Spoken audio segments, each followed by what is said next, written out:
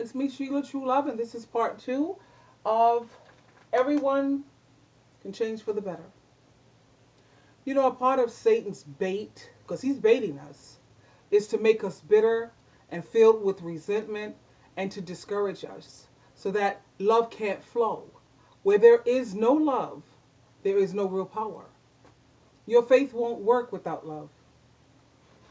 Faith is energized through love. God is love.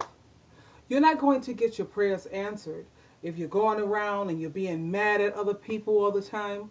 You know, I realize that we can't always help how we feel about people.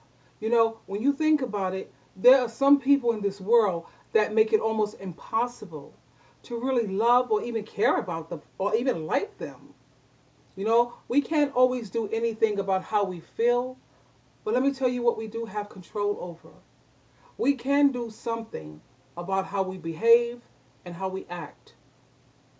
I don't have to feel what's right in order to do what's right.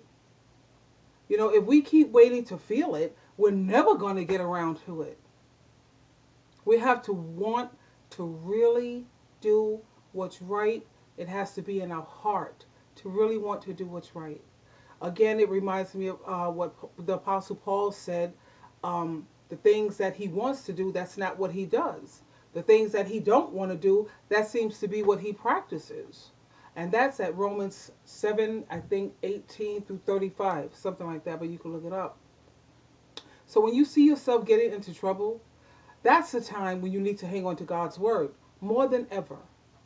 You know, God approves of you. He may not appreciate or approve of the things that you do, but he will always approve of you. You have to separate your who from your do. No matter what you do, Jehovah God still loves you. You know, if you're a parent, you know how it is. You know, you could sit up here and talk about your kid or you could rain on them, but let somebody else come along and try to say anything bad about your kids. You ain't trying to hear it. That's a no no. No. Well, you know, we think about how Jehovah God, he sent his son down here to die for us. So we have to let the devil know, I belong to God, okay? I belong to God. God, let me tell you something. He's not surprised about our weaknesses. You may be surprised about your weaknesses, but he's not. I know sometimes that you wonder, how can God actually use a person like me? I'm so messed up. I've messed up so many times. I'm a mess. You know, you have to make peace with yourself. If you don't make peace with yourself, you're not going to get along with anybody else. You know, there's a lot of Christians out here who they're not very nice, you know.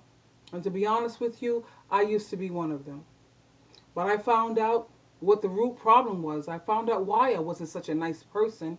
And you know what I came to realize? That I couldn't really love anyone else because I really didn't love me.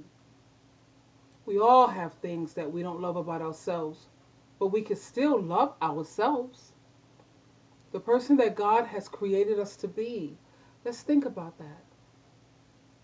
This is Sheila True Love, and we're going to go on to part three. I hope you will join me, and I'll see you on the other side. Bye for now.